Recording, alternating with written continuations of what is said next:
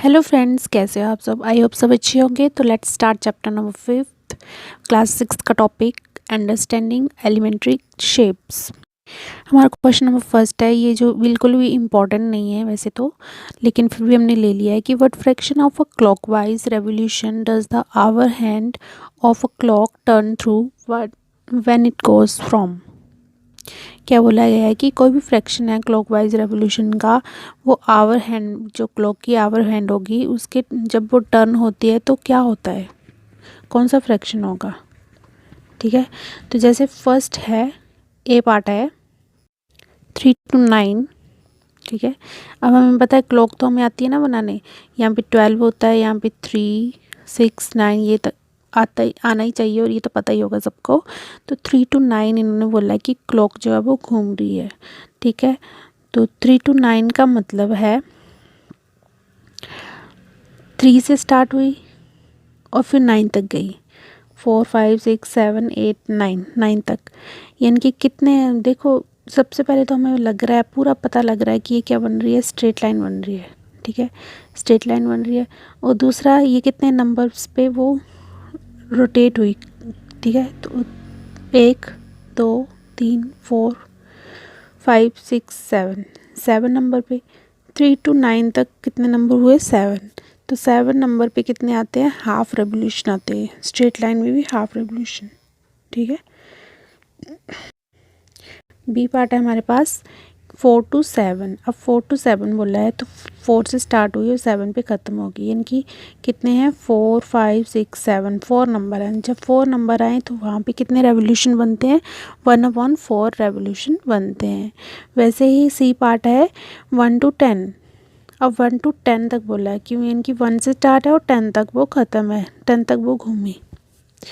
तो 1 2 3 4 5 6 7 8 9 10, 1 से 10 तक कितने नंबर हो गए, 10 नंबर हो गए। जब 10 नंबर आते हैं तो 3/4 रेवोल्यूशंस होती हैं। ठीक है, बस हाफ रेवोल्यूशन याद रखना, और 1/4 रेवोल्यूशन और 3/4 रेवोल्यूशन याद रखना। नेक्स्ट टॉपिक है हमारे पास एक्यूट एंगल। क्या होता है एक्यूट एंगल, वो एंगल जो 90 डिग्री से छोटा हो। ठीक है, 90 डिग्री जैसे मैंने यहाँ पे लिखा है, ऐसे रफ सा बना दिया है, ये लाइन खींच दी है, ये क्या होती है, इस तरह से ये 90 डिग्री की मतलब एंगल होता है ये। ठीक है, लेकिन हमने 90 डिग्री नहीं बनाना है, क्योंकि ये उससे क्या होना चाहिए, स्मॉल होना चाहिए, इसलिए हमने क्या बनाया है 60। इसलिए ये जो होता है ना, ये नहीं, इस तरह से एंगल वो क्या है, 60 डिग्री का हमने ले लिया। 30 का ले लो जो 90 से कम हो, 85 ले लो, 89 ले लो, तो वो क्या होता है, एक्यूट एंगल होता है जो 90 से छोटा होता है। नेक्स्ट है ऑब्ट्यूज एंगल। ऑब्ट्यूज एंगल क्या हो गया, अब एक्यूट तो 90 से कम था, अब ऑब्ट्यूज क्या है, 90 से ज़्यादा होना चाहिए। ठीक है, तो larger than a right angle but less than a straight angle. लेकिन जो स्ट्रेट एंगल का मतलब इस तरह से पूरा स्ट्रेट, और ये 180 से क्या होना चाहिए, कम होना चाहिए। यानी कि मान लो 179 डिग्री, ये भी क्या हुआ, ऑब्ट्यूज एंगल, क्योंकि ये 180 से कम है। तो और 90 डिग्री से ज़्यादा, यानी कि राइट एंगल जो होता है 90 डिग्री उससे ज़्यादा, 91 से 179 तक जो भी बीच में आएंगे वो क्या होगा, ऑब्ट्यूज एंगल होगा। नेक्स्ट हमारे पास रिफ्लेक्स एंगल। रिफ्लेक्स क्या होता है, it is larger than a straight angle. ये क्या होता है, स्ट्रेट एंगल से भी लार्ज होता है, यानी कि 180 डिग्री से भी ये लार्ज होता है इस तरह से। यानी कि 181 से स्टार्ट होता है और आगे तक जाता है। जैसे हमने 210 का लिया है तो ये क्या हो गया, रिफ्लेक्स एंगल हो गया, क्योंकि ये 180 डिग्री से ज़्यादा है। नेक्स्ट है हमारे पास परपेंडिकुलर लाइंस। परपेंडिकुलर लाइंस क्या होती है, जब कोई भी दो लाइंस जो होती हैं वो इंटरसेक्ट करती हैं, मतलब एक दूसरे को काटती हैं, कट करती हैं। जैसे ए बी जो है सी डी को कट कर रही है, और उनके बीच में एंगल बन रहा है कौन सा, 90 डिग्री का। जैसे इस तरह से जब भी एंगल बनता है वो 90 का बनता है, तो यहाँ पे भी 90 का बन रहा है, यहाँ पे भी 90 का, यहाँ पे भी 90 का और यहाँ पे भी 90 का। इसके चारों साइड में क्या बन रहा है, 90 डिग्री का एंगल बन रहा है, क्योंकि ये जो स्ट्रेट लाइन जा रही है, ठीक है, इसलिए A B is perpendicular to C D. A B जो है वो सी डी के परपेंडिकुलर है। अब नेक्स्ट है triangles based on sides. Sides के बेस पे हमने ट्राइंगल्स करने हैं। तो हमारा सबसे पहले है स्केलन ट्राइंगल। क्या होता है स्केलन ट्राइंगल? जिसकी a triangle having all three unequal side, जिसकी तीनों साइड क्या हो, अनइक्वल हो, बिल्कुल भी इक्वल ना हो। जैसे देखिए यहाँ पे 7 सेंटीमीटर, ये 9 सेंटीमीटर, ये 2 सेंटीमीटर है। अब 2, 9, 7 ये सभी डिफरेंट डिफरेंट साइड्स हैं, तो उसे बोलते हैं हम स्केलन ट्राइंगल। नेक्स्ट हमारे पास आइसोस्केल्स ट्राइंगल। आइसोस्केल ट्राइंगल्स क्या होते हैं? A triangle having two sides जो होते हैं वो इक्वल होती हैं। क्या होती हैं? इक्वल। जैसे यहाँ पे हमने 5 सेंटीमीटर की लेंथ ले ली, दूसरी भी 5 सेंटीमीटर की लेंथ ली है, तो 5 सेम हो गए ना, और तीसरी जो होती है वो डिफरेंट होती है। तो आइसोस्केल्स में क्या होता है कि 2 इक्वल साइड्स के होते हैं और एक डिफरेंट का होता है, उसे बोलते हैं हम आइसोस्केल्स ट्राइंगल। तीसरा ट्राइंगल आ जाता है हमारे पास इक्वेटोरियल ट्राइंगल। क्या होता है? A triangle having 3 sides equal, जिसकी तीनों साइड क्या हो, इक्वल हो। जैसे ये 5 सेंटीमीटर, ये भी 5 सेंटीमीटर, ये भी 5 सेंटीमीटर, इसकी तीनों साइड इक्वल हैं, इक्वल लेंथ की हैं, उसे क्या बोलेंगे हम? Equilateral triangle. मतलब कि इक्वल हैं, इसके नाम से पता लग रहा है कि इक्विलेटरल यानी कि इक्वल ट्राइंगल है, इक्विलेटरल ट्राइंगल है, जिसकी तीनों साइड्स क्या होंगी, वो सेम होंगी। अब है triangles based on angles. Angles के बेस्ड पे हम ट्राइंगल्स करेंगे। तो उसमें पहला जो ट्राइंगल बेस आएगा वो एक्यूट एंगल ट्राइंगल आएगा। एक्यूट का हमें पता है कि एक्यूट क्या होता है, जो लेस देन 90 डिग्री हो, 90 डिग्री से कम हो। जैसे ये 60 के एंगल हमने ले लिए, उसे बोलेंगे हम एक्यूट एंगल ट्राइंगल, क्योंकि ये तीनों एंगल कितने हैं, 60 डिग्री के हैं, मान के चले हम, ठीक है। हमने इसको बिल्कुल भी वो नहीं किया है, क्या बोलते, मेज़र नहीं किया है, लेकिन हमें इतना पता है कि ये इस तरह से गया है, ठीक है। इस ऐसे सीधा नहीं है, सीधा होता तो 90 डिग्री का होता है, इसलिए 90 डिग्री से क्या है, कम है। मान लो ये 60 डिग्री है, तो ये भी 60 है, ये भी 60 है, अगर यहाँ से देखोगे तो ये भी 60 है। नेक्स्ट है हमारे पास राइट एंगल ट्राइंगल। जहाँ पे राइट एंगल का मतलब होता है जहाँ भी 90 डिग्री का कोण बने। If any one angle is a right angle, कोई भी एंगल जो होगा वो 90 डिग्री का होगा। जैसे ये जो एंगल है ये 90 डिग्री का है, ये भी नहीं है, ये भी नहीं है, लेकिन उनमें से एक एंगल ये वाला जो है वो 90 डिग्री का होना चाहिए, उसे बोलते हैं हम राइट एंगल ट्राइंगल। नेक्स्ट है हमारे पास ऑब्ट्यूज एंगल ट्राइंगल। अब ऑब्ट्यूज से हमें पता है कि क्या होना चाहिए, 90 डिग्री से ज़्यादा होना चाहिए। तो if any one angle is greater then 90 degree, जब 90 डिग्री से ज़्यादा हो तो उसे हम क्या बोलते हैं, ऑब्ट्यूज एंगल ट्राइंगल। ओके, अभी हम क्वेश्चन करेंगे पार्ट 1 के, तो पार्ट 2 अभी नेक्स्ट वीडियो में आएगा। पार्ट 1 के क्वेश्चंस हैं। पहला क्वेश्चन मैंने लिया था कि राइट एंगल क्या होता है, तो राइट एंगल में मैंने ऑप्शंस दिए थे, तो ऑप्शन में राइट एंगल का आंसर क्या होना चाहिए था, ये देखिए। राइट एंगल में ऑप्शन था 1/4 ऑफ अ रेवोल्यूशन, और यही हमारा आंसर होना था, क्योंकि राइट एंगल क्या होता है, 90 डिग्री का होता है। ये देखो यहाँ से 12 से हमने बनाया और 3 पे ख़त्म किया, क्योंकि ये स्ट्रेट लाइन इस तरह से बना दिया और 90 डिग्री का एंगल बना दिया, और राइट एंगल को तो 90 डिग्री बोलते हैं। तो इन्होंने बोला है तो वो किसके बराबर होता है, उसे हम 1/4 ऑफ रेवोल्यूशन भी बोलते हैं। क्यों? क्योंकि ये देखो 1 2 3 4 नंबर्स हैं, 4 numbers mean 1/4 revolution.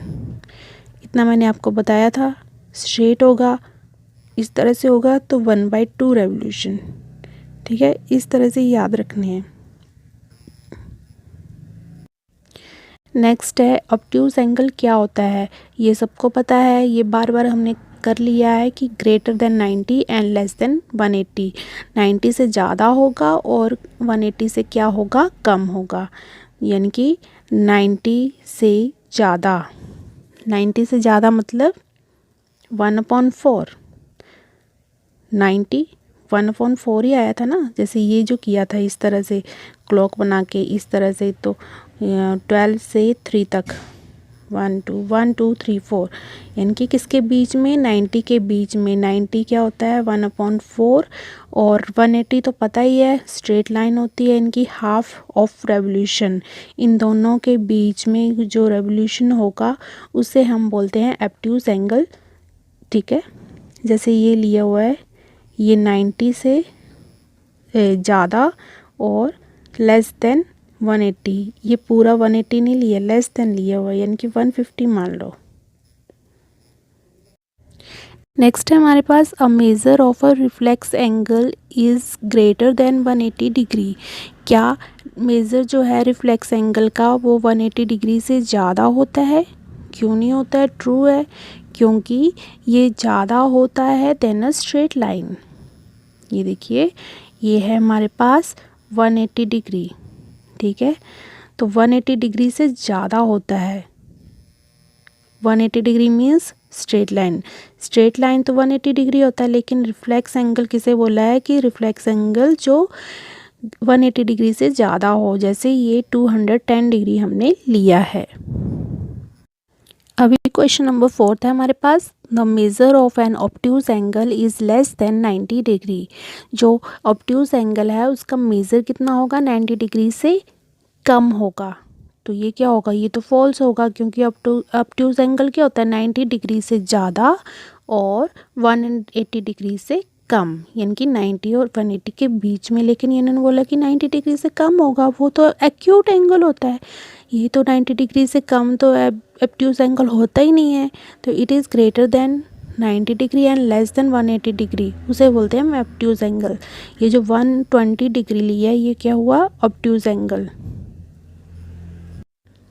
Question number 5 है हमारे पास, an angle whose measure is less than that of a right angle is. वो एंगल जिसका मेज़र जो होगा वो कम होगा राइट एंगल से, यानी कि 90 डिग्री से कम होगा, यानी कि मान लो 89 है तो उसे बोलते हैं एक्यूट एंगल, है ना। हमें पता है, अभी बार बार यही कर रहे हैं, जो 90 डिग्री से कम होता है वो एक्यूट एंगल होता है, जो 90 डिग्री से ज़्यादा होता है वो ऑब्ट्यूज एंगल होता है, जो 180 डिग्री से ज़्यादा होता है वो रिफ्लेक्स एंगल। बस ये 3 तो चीज़ें हैं। तो उसे क्या बोलते हैं, जो राइट एंगल से कम हो, 90 डिग्री से कम हो, उसे बोलते हैं एक्यूट एंगल। एक्यूट एंगल यानी कि less than 90 degree. 90 degree means right angle क्या होता है, 90 डिग्री होता है। राइट एंगल का मतलब होता है 90 डिग्री। जैसे 60 डिग्री हमने ले लिया तो वो क्या हो गया, एक्यूट एंगल। अभी हमारे पास बिल्कुल इंपॉर्टेंट क्वेश्चन बनता है कि when the sum of the measure of two angles is that of a right angle then each one of them is, क्या होगा। हमने क्वेश्चन यहाँ पे फिलिंग द ब्लैंक्स किया हुआ था टेलीग्राम पे, तो बोला था कि जो सम है मेजर ऑफ टू एंगल्स, दो एंगल्स हैं उनका सम जो होना चाहिए वो राइट एंगल के बराबर होना चाहिए। तो उनमें से जो वन ऑफ देम, उनमें से ये जो एंगल्स जो हैं उन दोनों में से एंगल वो क्या होना चाहिए। जैसे हम लिए थे sum of two angles, sum of two angles equals to right angle होना चाहिए। दोनों का सम क्या होना चाहिए, राइट एंगल। जैसे ए प्लस बी मान लो वो 90 डिग्री के बराबर होना चाहिए। तो जैसे ए हमने अगर 30 लिया है तो बी हम 60 लेंगे, ठीक है। तो वो किसके बराबर आ जाएगा, 90 के, क्योंकि 60 + 30 क्या होता है 90। तो ये एंगल भी एक्यूट हुआ और ये दूसरा भी एक्यूट हुआ। हम ये तो नहीं कर सकते कि इसको 10 ले लिया या फिर 20 ले लिया और उसको कुछ और ले लिया, ऐसा नहीं कर सकते हम क्योंकि हमें तो 90 चाहिए ना। अब देखो, हम ज़्यादा जा भी नहीं सकते, 90 से ज़्यादा भी नहीं जा सकते, 100 तो जा ही नहीं सकते, क्योंकि 90 से कम लेना है, हमने 90 डिग्री लेना है ना। तो इसलिए हमने 30 + 60, ये 90 डिग्री से जो भी एंगल होते हैं ना कम, उसे बोलते हैं हम एक्यूट एंगल। इसलिए हमने दोनों एक्यूट एंगल लिए, उसकी वजह से, उसके सम की वजह से राइट एंगल लिया। तो यहाँ पे आंसर आना था एक्यूट एंगल। क्वेश्चन नंबर 7 है हमारे पास, two sides of equal length, जिसकी दो साइड्स जो होती हैं वो इक्वल लेंथ की होती है उसे बोलते हैं आइसोस्केल्स। ये हमने बार बार पढ़ा है, जिसकी दो साइड्स इक्वल होती है, जैसे ये 5 सेंटीमीटर, ये भी 5 सेंटीमीटर और थर्ड साइड डिफरेंट होगी 7 सेंटीमीटर। जब दो साइड इक्वल होंगी उसे बोलेंगे आइसोस्केल्स ट्राइंगल। जब तीनों साइड होंगी तो वो इक्विलेटरल। हमारे पास लास्ट क्वेश्चन है पार्ट 1 का, question number 8। All sides of different length, सभी साइड जो होंगी वो डिफरेंट लेंथ की होंगी। जैसे ये 5 सेंटीमीटर, 7 सेंटीमीटर, 10 सेंटीमीटर, ये तीनों साइड्स क्या हैं, डिफरेंट है, तो उसे क्या बोलते हैं हम, स्केल एंड ट्राइंगल। तो आई होप आपको वीडियो अच्छी लगी है। तो thank you so much, take care, bye bye.